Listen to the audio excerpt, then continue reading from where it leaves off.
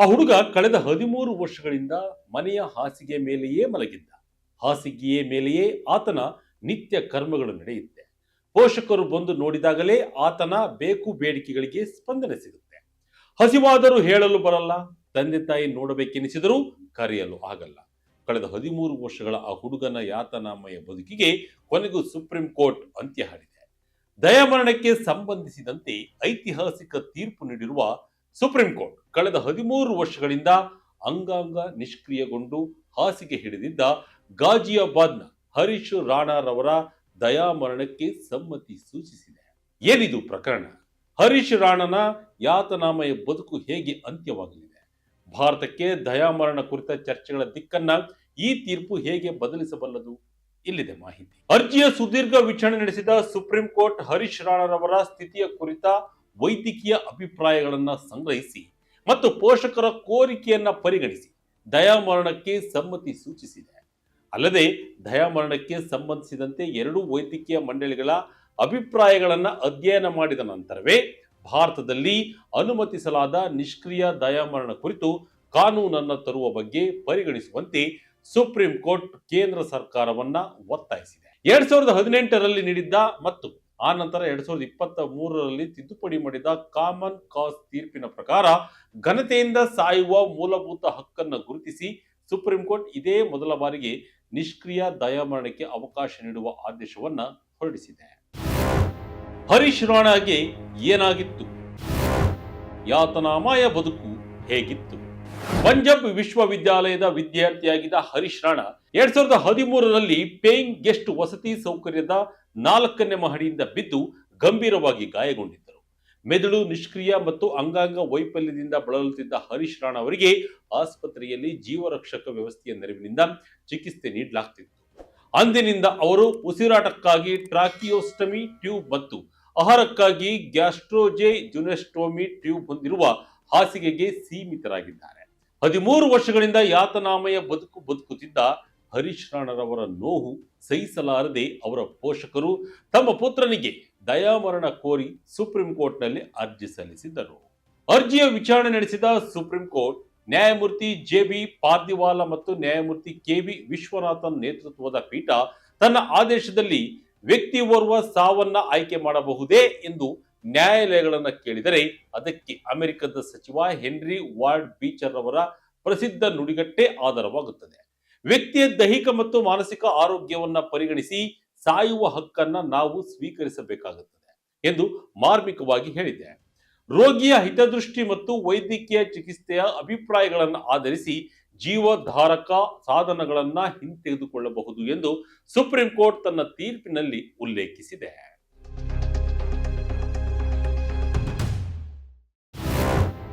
Supreme court ತೀರ್ಪಿನ ವಿವರ. ಚೇತರಿಕೆ ಭರವಸೆ ಇಲ್ಲದಕ್ಕೆ ದಯಾಮರಣ. ಹರೀಶ್ ರಾಣಾ ಅವರಿಗೆ ದಯಾಮರಣ ನೀಡುವ ಕುರಿತ ತನ್ನ ತೀರ್ಪಿನಲ್ಲಿ ಸುಪ್ರೀಂ ಕೋರ್ಟ್ ಸ್ಪಷ್ಟ ಕಾರಣಗಳನ್ನು ನೀಡಿದೆ.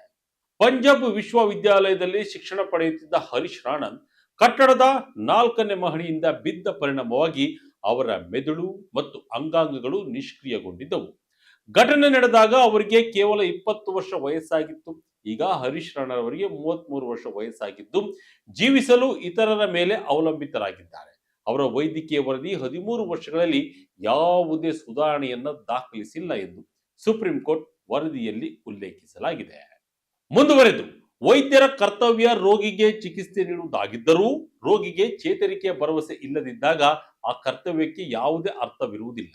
ವೈದ್ಯಕೀಯ ಚಿಕಿತ್ಸೆಯನ್ನ ಹಿಂಪಡೆದು ಏಮ್ಸ್ಗೆ ಸೂಚನೆ ನೀಡಲಾಗಿದ್ದು ರೋಗಿಯ ಘನತೆಯನ್ನ ಕಾಪಾಡಿಕೊಳ್ಳಲು ಸೂಕ್ತವಾದ ಯೋಜನೆಗಳೊಂದಿಗೆ ಅದನ್ನ ಹಿಂಪಡೆಯಲಾಗಿದೆಯೇ ಎಂಬುದನ್ನ ಖಚಿತಪಡಿಸಿಕೊಳ್ಳಬೇಕು ಎಂದು ಸರ್ವೋಚ್ಚ ನ್ಯಾಯಾಲಯದ ಪೀಠ ಸ್ಪಷ್ಟಪಡಿಸಿದೆ.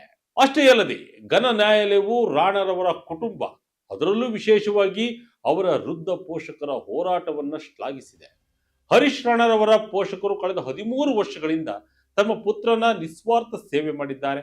ಯಾರನ್ನಾದರೂ ಪ್ರೀತಿಸುವುದು ಅವರ ಜೀವನ ಕತ್ತಲೆಯಲ್ಲಿದ್ದಾಗಲೂ ಅವರನ್ನ ನೋಡಿಕೊಳ್ಳುವುದು ಎಂದರ್ಥ ಎಂದು ಸುಪ್ರೀಂ ಕೋರ್ಟ್ ಭಾವನಾತ್ಮಕ ಟಿಪ್ಪಣಿ ಮಾಡಿದೆ.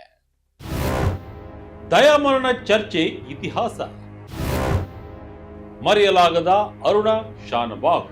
2011ರಲ್ಲಿ Aruna Shanbhag versus union of India ಪ್ರಕರಣದಲ್ಲಿ ತೀರ್ಪಿನಲ್ಲಿ ಭಾರತದಲ್ಲಿ ಅಸಾಧಾರಣ ಸಂದರ್ಭದಲ್ಲಿ ನಿಷ್ಕ್ರಿಯ ದಯಾಮರಣವನ್ನ ಕಾನೂನುಬದ್ಧಗೊಳಿಸಿ ಸುಪ್ರೀಂ ಕೋರ್ಟ್ ತೀರ್ಪು ನೀಡಿತ್ತು. ಲೈಂಗಿಕ ದೌರ್ಜನ್ಯದಿಂದ ಪಾರ್ಶ್ವವಾಯುವಿಗೆ ಒಳಗಾದ ಮತ್ತು ಗಂಭೀರ ಮೆದುಳು ಹಾನಿಯಿಂದ 4 ದಶಕಗಳಿಗೂ ಹೆಚ್ಚು ಕಾಲ ಹಾಸಿಗೆ ಹಿಡಿದಿದ್ದ ಅರುಣಾ ಶಾನ್ಭಾಗ್ ಅವರಿಗೆ ದಯಾಮರಣ ನೀಡಬೇಕೆಂದು ಸುಪ್ರೀಂ ಕೋರ್ಟ್ನಲ್ಲಿ ಅರ್ಜಿ ಸಲ್ಲಿಸಲಾಗಿತ್ತು. ಆದರೆ ಅವರಿಗೆ ನೀಡಲಾಗಿದ್ದ ವೈದ್ಯಕೀಯ ಚಿಕಿತ್ಸೆಯ ವರದಿಗಳನ್ನು ಆಧರಿಸಿ ಸುಪ್ರೀಂ ಕೋರ್ಟ್ ಅವರಿಗೆ ದಯಾಮರಣ ನೀಡಲು ನಿರಾಕರಿಸಿತ್ತು. ಆದಾಗ್ಯೂ ತೀರ್ಪು ನಿಷ್ಕ್ರಿಯ ದಯಾಮರಣಕ್ಕೆ ಮಾನದಂಡಗಳನ್ನು ಸಡಿಲಗೊಳಿಸಿತು. ಅಸಾಧಾರಣ ಸಂದರ್ಭಗಳಲ್ಲಿ ಅದನ್ನ ಅನುಮತಿಸಿತು. ಮೂಲತಃ ಕರ್ನಾಟಕದ ಉತ್ತರ ಕನ್ನಡ ಜಿಲ್ಲೆಯ ಹಳದಿಪುರದವರಾದ ಅರುಣಾ ಶಾನ್ಭಾಗ್ ಮುಂಬೈನ ಕೆಇಎಂ ಆಸ್ಪತ್ರೆಯಲ್ಲಿ ದಾದಿಯಾಗಿ ಕಾರ್ಯನಿರ್ವಹಿಸುತ್ತಿದ್ದರು. 1973 ನವೆಂಬರ್ 27ರಂದು ಆಸ್ಪತ್ರೆಯ ಸೆಕ್ಯೂರಿಟಿ ಗಾರ್ಡ್ ಸೋಹನ್ ಲಾಲ್ ಆಕೆಯ ಮೇಲೆ ಅತ್ಯಾಚಾರವೆಸಗಿ ಸರಪಳಿಯಿಂದ ಕತ್ತು ಹಿಸುಕಿ ಕೊಲ್ಲಲು ಯತ್ನಿಸಿದ್ದ ಈ ಪೈಶಾಚಿಕ ದಾಳಿಯಲ್ಲಿ ಅರುಣಾರವರ ಮೆದುಳಿಗೆ ಹಾನಿಯಾಗಿ ಅವರ ಮಾತಿನ ಶಕ್ತಿ ಕಳೆದುಕೊಂಡಿದ್ದರು. ಬರೋಬ್ಬರಿ 42 ವರ್ಷಗಳ ಕಾಲ ನಿಷ್ಕ್ರಿಯ ಸ್ಥಿತಿಯಲ್ಲೇ ಬದುಕು ಸವೆಸಿದ ಅರುಣಾ ಶಾನ್ಭಾಗ್ 2015ರ ಮೇ 18ರಂದು ನ್ಯೂಮೋನಿಯಾದಿಂದ ನಿಧನರಾದರು. 2011ರಲ್ಲಿ ಪಿಂಕಿ ವಿರಾನಿರವರು ಅರುಣಾ ಶಾನ್ಭಾಗ್ ರವರಿಗೆ ದಯಾಮರಣ ನೀಡುವಂತೆ ಕೋರಿ ಸುಪ್ರೀಂ ಕೋರ್ಟ್ಗೆ ಅರ್ಜಿ ಸಲ್ಲಿಸಿದ್ದರು.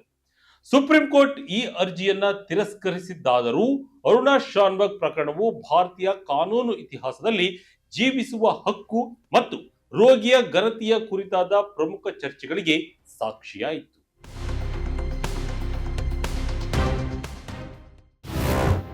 ದಯಾಮರಣ ಕಾನೂನು ಹೊಂದಿರುವ ದೇಶಗಳು.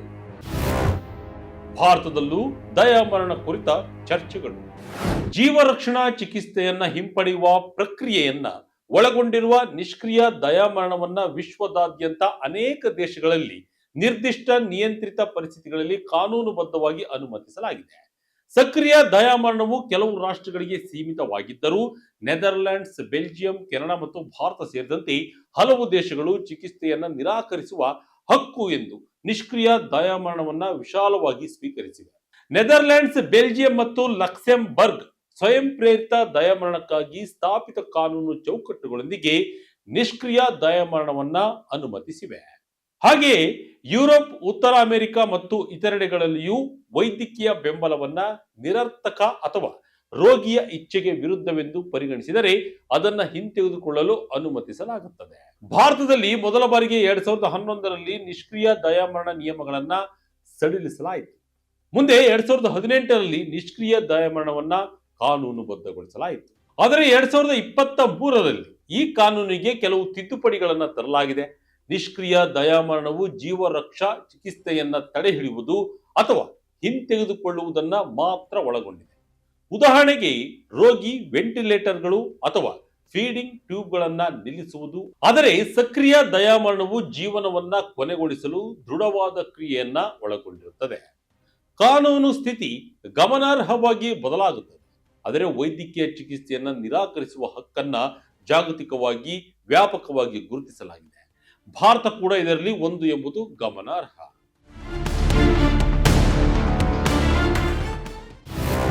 ಸುಪ್ರೀಂ ಕೋರ್ಟ್ ನಿರ್ದೇಶನಗಳೇನು? ಹರೀಶ್ ರಾಣಾ ಬದುಕು ಹೇಗೆ ಅಂತ್ಯವಾಗಲಿದೆ? ಸದ್ಯಕ್ಕೆ ಹರೀಶ್ ರಾಣಾರವರಿಗೆ ನಿಷ್ಕ್ರಿಯ ದಯಾಮರಣ ನೀಡಲು ಸಮ್ಮತಿ ಸೂಚಿಸಿರುವ ಸುಪ್ರೀಂ ಕೋರ್ಟ್ ಕೆಲವು ಮಹತ್ವದ ನಿರ್ದೇಶನಗಳನ್ನ ನೀಡಿದೆ. ಪ್ರಮುಖವಾಗಿ ರೋಗಿ ನೀಡಲಾದ ಎಲ್ಲಾ ರೀತಿಯ ಜೀವ ರಕ್ಷಣಾ ವೈದ್ಯಕೀಯ ಚಿಕಿತ್ಸೆಯನ್ನ ಹಿಂಪಡೆಯಬಹುದು ಅಥವಾ ತಡೆ ಹಿಡಿಯಬಹುದು. ಅಲ್ಲದೆ ಇದಕ್ಕಾಗಿ 30 ದಿನಗಳ ಮರುಪರಿಶೀಲನಾ ಅವಧಿಯನ್ನ ಮನ್ನಾ ಮಾಡಲಾಗಿದೆ. ಅದೇ ರೀತಿ ಏಮ್ಸ್ ಆಸ್ಪತ್ರೆಯು ರೋಗಿಯನ್ನ ಅವರ ನಿವಾಸದಿಂದ ತನ್ನ ಆರೈಕೆ ಕೇಂದ್ರಕ್ಕೆ ಸ್ಥಳಾಂತರಿಸಲು ಎಲ್ಲ ಅಗತ್ಯ ಮಾರ್ಪಾಡುಗಳನ್ನ ಮಾಡಿಕೊಳ್ಳಬೇಕು. ಜೊತೆಗೆ ಮಾನವ ಘನತೆಯನ್ನ ಕಾಪಾಡಿಕೊಳ್ಳಲು ಸೂಕ್ತವಾದ ಯೋಜನೆಯೊಂದಿಗೆ ಜೀವ ಬೆಂಬಲವನ್ನ ಹಿಂತೆಗೆದುಕೊಳ್ಳಲಾಗಿದೆ ಎಂದು ಖಚಿತಪಡಿಸಿಕೊಳ್ಳಬೇಕು. ಹೀಗೆ ಹರೀಶ್ ರಾಣಾರವರು ಘನತೆಯಿಂದ ತಮ್ಮ ಬದುಕನ್ನ ಅಂತ್ಯಗೊಳಿಸಲು ಸುಪ್ರೀಂ ಕೋರ್ಟ್ ಅನುಮತಿ ನೀಡಿದೆ. ಸುಪ್ರೀಂ ಕೋರ್ಟ್ನ ಈ ತೀರ್ಪು ಐತಿಹಾಸಿಕ ಎಂದು ಬಣ್ಣಿಸಲಾಗಿದ್ದು, ದಯಾಮರಣ ಕೋರಿ ಸಲ್ಲಿಸಲಾದ ಇತರ ಅರ್ಜಿಗಳ ಬಗ್ಗೆಯೂ ಚರ್ಚೆಯನ್ನ ಹುಟ್ಟುಹಾಕಿದೆ.